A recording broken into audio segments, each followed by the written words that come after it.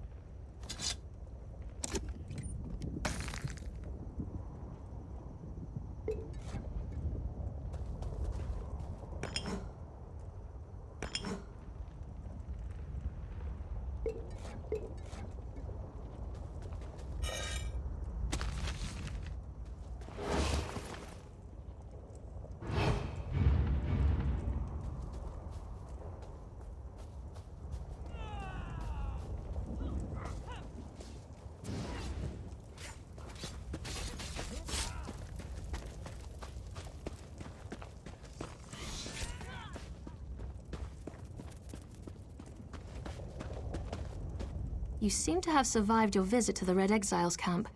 Did you find my brother? Interesting. I never suspected that the outcasts were disciplined enough to keep records such as this. Oh no. I can't believe my brother would be so... brazen. It means that Chodala really has changed.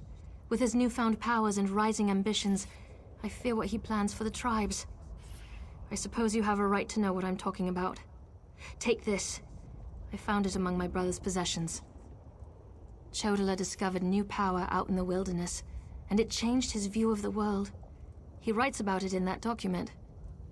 Now he believes he's the Nerevarine, and incites the tribes while I try to keep them all from doing anything rash. You don't know? I thought... No, you're not an Ashlander, and the House Elves rarely talk about such things.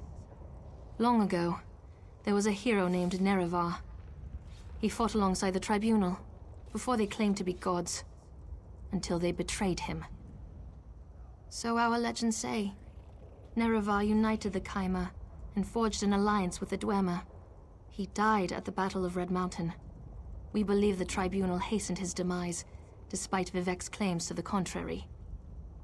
The Nerevarine is a promise and a prophecy.